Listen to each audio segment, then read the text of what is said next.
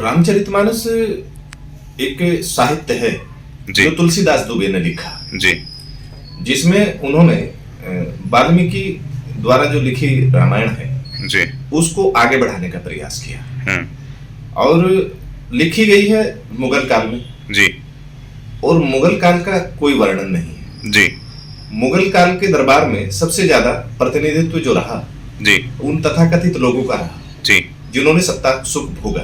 हम्म और तुलसीदास दुबे जी ने उस सत्ता सुख भोगने के रूप में ही साम्राज्यवादी और जो पूंजीवादी ताकतें रही हैं जी उनको मजबूत करने के लिए जी भय भ्रम अंधविश्वास के नाम पर मायावी तिलिस्मी और काल्पनिक दुनिया पर आधारित कथा कथानक चरित्र नायकों को के आधार पर देश के बहुसंख्यक समाज के सामाजिक आर्थिक राजनीतिक और शैक्षणिक अधिकारों को हड़पने का उन्हें कम करने का प्रयास किया। जी और एक कोट जो एक रचना जो उसमें लिखी, पूजिए विप्र ज्ञान गुणहीना और मत पूजिए शूद्र सकल गुण जी परवीना। जी तो ऐसे जो लिखने का जो प्रयास था, जी तो ये ऐसी विकृत भ्रमित मानसिक सोच है जिसने सामाजिक रूप को समाज को एक बहुसंख्यक समाज को विकलांग बना दिया, जी सामाजिक मानसिक और आर्थिक रूप से कमजोर बना दिया, जी उसके सामाजिक आर्थिक राजनीतिक और शैक्षणिक अधिकारों को छीनकर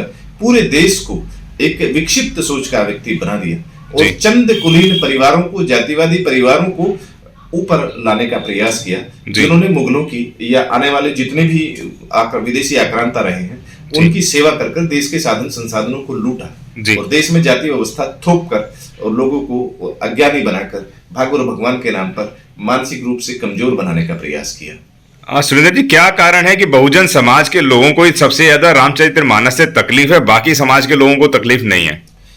एक द्विकंटक नीति है जी। इस द्विकंटक नीति में अपने लिए तो विशेषाधिकार अर्जित करना। जी। तो तुलसीदास दुबे जी ने भी सामाजिक आर्थिक राजनीतिक और शैक्षणिक रूप से अपने सजातीय लोगों के लिए या उसको मजबूत करने के लिए, आधार देने के लिए जो लोग थे उनके लिए तो विशेषाधिकार अर्जित किए, परंतु देश के बहुसंख्यक समाज के लिए और महिलाओं के लिए भी उनके जो सामाजिक आर्थिक और राजनीतिक शैक्षणिक अधिकार ही छीन लिए। मानव अधिकार की तो बात ही छोड़ो, उनको पशु समान बना दिया। जी। तो इससे दिक्कत नहीं होगी तो कोई हमें गाली दे तो हम उस गाली का भी विरोध ना करें। जी। तो हमें मानवीय रूप से असहमत होने का या सहमत होने का अधिकार है, संविधान भी हमें यह अधिकार देता है। जी। तो कोई हमें गाली देगा, सामाजिक आर्थिक और राजनीतिक और शैक्षणिक अधिकारों को जो हमें संविधान द्वारा या मानवाधिकार द्वारा दिए गए हैं उनको छीनने का प्रयास करेगा किसी भी धार्मिक चीज के नाम पर, तो उसको कैसे बर्दाश्त किया जाएगा? उसका तो विरोध करने का संवैधानिक अधिकार है, मूलाधिकार है, मानवीय अधिकार है। जी। तो वो स्वीकार नहीं। क्या कारण है कि सिर्फ बहुजनों को इसकी बात याद आती है, बाकियों को नहीं आती है? और इसके अंदर एक चौपाइयां भी हैं, ढोल गवार शूद्र पशु नारी सब ताड़न के अधिकारी। तो क्या कहते हैं, किस नजर से देखते हैं, वह बताएं।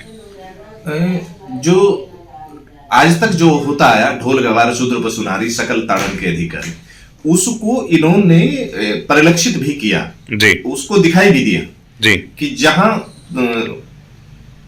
वाल्मीकि जी की रामायण में जी रामचंद्र जी के नाम पर सम्मुख ऋषि का या कदम्ब ऋषि का इसलिए हत्या करना जी कि ये शूद्र समाज की उन्होंने शिक्षा दे रहे जी।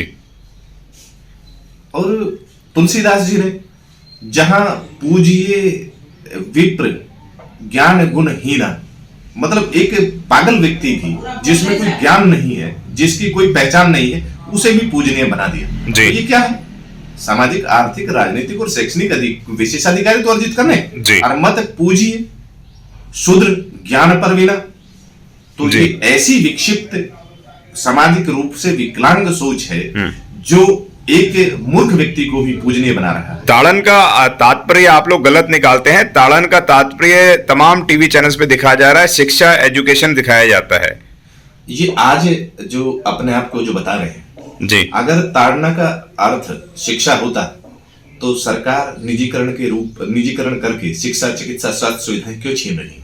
जी। आज तक जितने भी धार्मिक स्थल हैं, ये धार्मिक स्थलों में जो शिक्षा दी गई है वहां पर शूद्रों के प्रवेश निषिद्ध क्यों है? जी। देश के महामहिम राष्ट्रपति महोदय जो रामनाथ कोविंद जी हैं उनको मंदिर में प्रवेश वर्जित क्यों किया गया? जी। जो हमारे एक बीजेपी के आरएसएस से जुड़े हुए जो एक प्रवक्ता रहे, जब उत्तराखंड में मंदिर पे गए तो उनका सिर क्यों फोड़ दिया गया? जी। आज तक क्यों कावड़ लेने जाते हैं या घोड़ी पे चढ़ने जाते हैं या मूंछ जी। रखते हैं या उन नाम के पीछे सिंग लगाते हैं, तो उनको क्यों मारा जाता है, क्यों मॉब लिंचिंग की जाती है? जी अगर ताड़ने का अर्थ शिक्षा है, जी तो फिर पशुशालाएं तो खोल दी जी।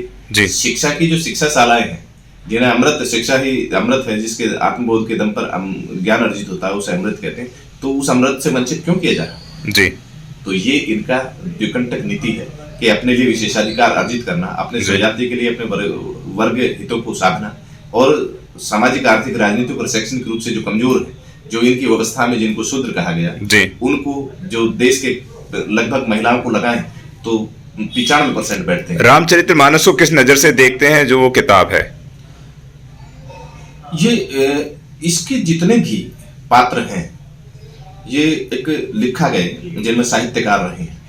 तुलसीदास दुबे जी उस समय के नहीं है, जी मुगल काल में लिखी गई है, जी और वाल्मीकि जी भी हैं, जी वो भी उस समय के नहीं है। जी प्राकृतिक रूप से देखें या मानवीय रूप से देखें तो कोई भी व्यक्ति इतना नहीं देखा जा सकता, जी इतना लंबा जीवन नहीं देखा जा सकता जी। जिसमें तीनों लोगों का उस चीजों को दिया गया है। कोई जी। कहते हैं कि रामायण की रचना उनके जन्म काल से बहुत पहले लिख दी गई थी, जी कोई फिर जन्म काल से पहले लिख दी गई थी तो उनका साथ में भी दिखाया गया है, जी परंतु मेरा उस पर नहीं जाना चाहता। मेरा यह है कि जितने ये बाबा साहब डॉक्टर B.R. अम्बेडकर ने कहा था इस तरीके के साहित्यों को बम से उड़ा देना चाहिए, क्या कहेंगे?